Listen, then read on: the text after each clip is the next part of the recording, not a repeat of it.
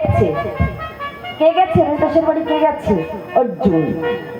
অর্জুন গিয়ে দূরে দাঁড়িয়ে দেখছে রুইদাস গোবিন্দের সামনে এইভাবে কাঁদছে আর এইভাবে নয়ন জলে কৃষ্ণ নাম করছে। দেখা মাত্র অর্জুনের মাথা নিচে হয়ে গেছে, ভক্তি উদয় হয়েছে আর মনে মনে চিন্তা করেছে কি বৈষ্ণব হলেও হতে পারে। দেখেছেন, বৈষ্ণব হলেও হতে পারে। দেখি পিছনে গিয়ে ডাক ছাড়ছে, রুইদাস, ও রুইদাস। রুইদাস পিছন থেকে ফিরে দেখছি কে আমাকে ডাকছে, রুইদাস করে। আচ্ছা কে? আমি তৃতীয় পাণ্ডব অর্জুন।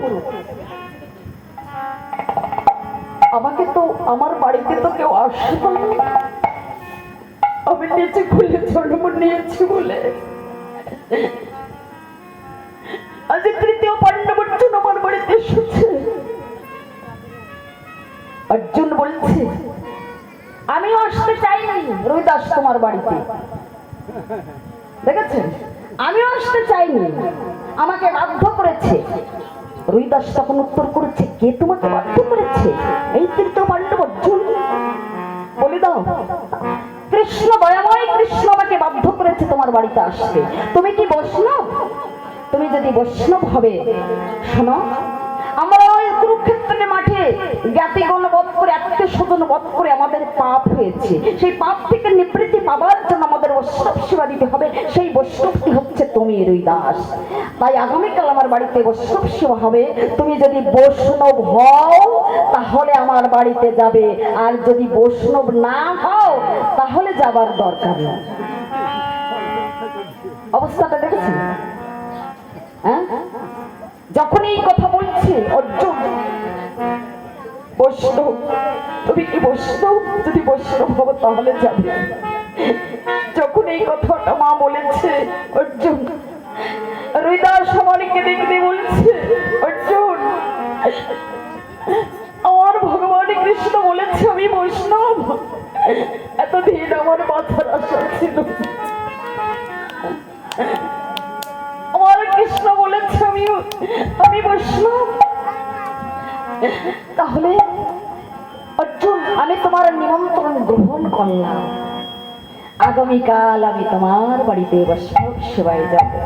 কিন্তু একটা কথা, তুমি আজ আমাকে নিমন্ত্রণ দিতে এসেছো, আমার বাড়িতে তোমাকে কিছু সেবা না দিয়ে তো আমি যেতে দিতে পারি না।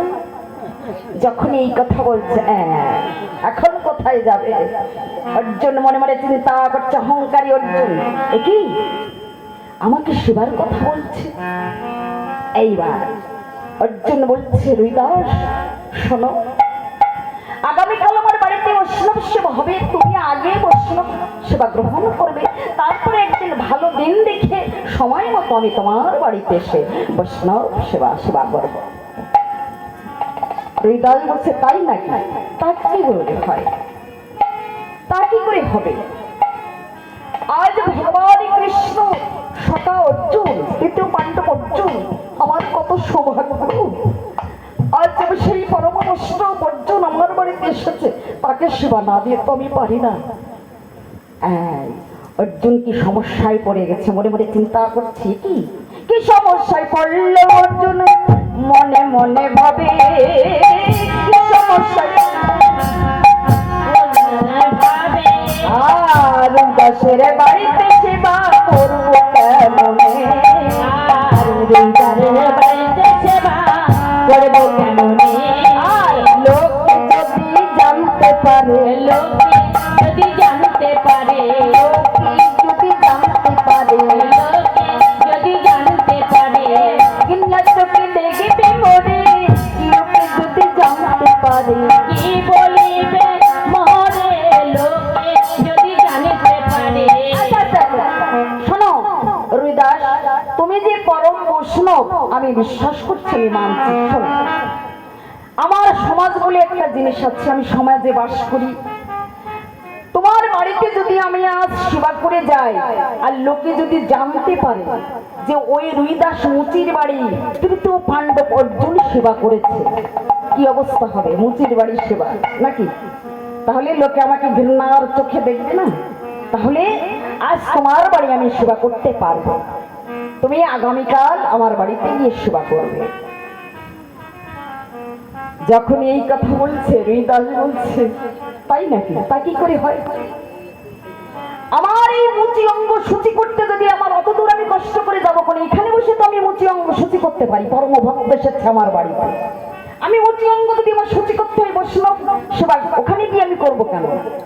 এসো সখা, তোমার চরণ ধুলি আমাকে দাও, আমার এই মুচি অঙ্গ সূচি করতে দাও। তোমার চরণের স্পর্শ, তোমার চরণ ধুলি আমার সর্বঙ্গে মাখি, তোমার চরণ ধুলি মেখে আমার এই মুচি অঙ্গ সূচি করবো।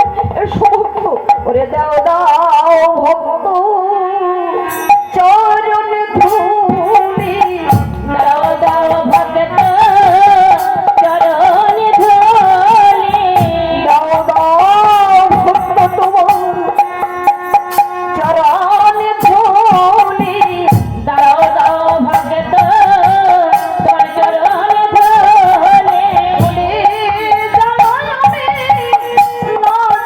ভুলে দাও দাও ভক্ত তোমার চরণ ধুলি, তোমার ধুলি নিয়ে আমি কেন সেবা করিতে পারি, দাও দাও তোমার চরণ ধুলি,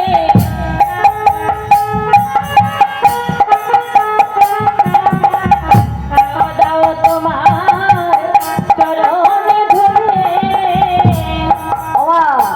এই যে ভক্তের চরণ ধুলি, তাই না? এই বড় কষ্ট বাবা, আমরা তো লিখে জানি না, মাথা নোয়াতে পারি না, প্রণাম করতে জানি না, প্রেম নেই, ভক্তি নেই, নয়ন জল কিছুই নেই, কলিকালের মানুষ কঠিন হৃদয়। তাই আজ দেখুন পরম বৈষ্ণব নিচু কুলে জন্ম নিয়ে আজ কেমন বৈষ্ণব, কেমন ভক্ত। তাই আজ কি করেছে অর্জুন, এই ভাব দেখে রুইদাসের কি বলছে, মনে মনে চিন্তা করছে অর্জুন, না আমি সমাজ মানি না, আমি লোকলজ্জার ভয় করি না, দরকার নেই আমার সমাজ, লোকলজ্জার ভয় আমার দরকার নেই, আমি আজ রুইদাসের বাড়ি সেবা করেই যাব। হরি বল হরি বল হরি বল। তাই আজ অর্জুন কি করছে, রুইদাস তুমি তেল নিয়ে আসো, তাড়াতাড়ি নিয়ে এসো, আমি স্নানে যাব, তোমার বাড়িতে আমি সেবা করেই যাব। তাই আজ যখন ওই চামড়ার পাত্রে মা তেল নিয়ে এসছে, রুইদাস যখনই চামড়ার পাত্রে তেল নিয়ে এসেছে রুইদাস, তখনই অর্জুন চমকে গেছে দেখা মাত্র। কেন? আচ্ছা আচ্ছা আচ্ছা, চামড়ার পাত্রে তেল নিয়ে এসেছে, কারণ চামড়া নিয়ে কার পাত্র, সবকিছু চামড়া হয়েছে, একটা বাসনে চামড়ারই হয়েছে নাকি, তাও হতে পারে। আজ চামড়ার পাত্রে যখন তেল নিয়ে এসে অর্জুনের সামনে দিয়েছে, অর্জুন দেখা মাত্র চমকে উঠেছে। কি চামড়ার পাত্রে তেল আমি কেমন করে মাখবো, তৃতীয় পাণ্ডব অর্জুন বলে বলে চিন্তা করছে অর্জুন, এই চামড়ার পাত্রে তেল যদি মাখি আমার শরীরটা অশুদ্ধ হয়ে যাবে, আমার সর্বাঙ্গ গন্ধ হয়ে যাবে। সংকোচ বোধ করছে, তাকিয়ে আছে তেলের দিকে। তাই মনে মনে রুইদাস সেটা দেখে মনে মনে বলছে, কি সংকোচ বোধ করছে অর্জুন। তাই হৃদয় বলছে, হে তৃতীয় পাণ্ডব অর্জুন, এত দ্বিধা করছো কেন, তুমি চান করলে শুদ্ধ হয়ে যাবে। তাই চতুর্দিকে তাকিয়ে অর্জুন ওই চামড়ার পাত্রে তেল মেখে আজ রুইদাসকে নিয়ে স্নানে যাচ্ছে। কেমন ভাবে যাচ্ছে, ধীরে ধীরে অর্জুন তখন রুইদাসের সাথে চলে, কৃষ্ণ কৃষ্ণ কৃষ্ণ কৃষ্ণ বলে, কৃষ্ণ কৃষ্ণ বলে চলে ভাসে, চলে ভাসে,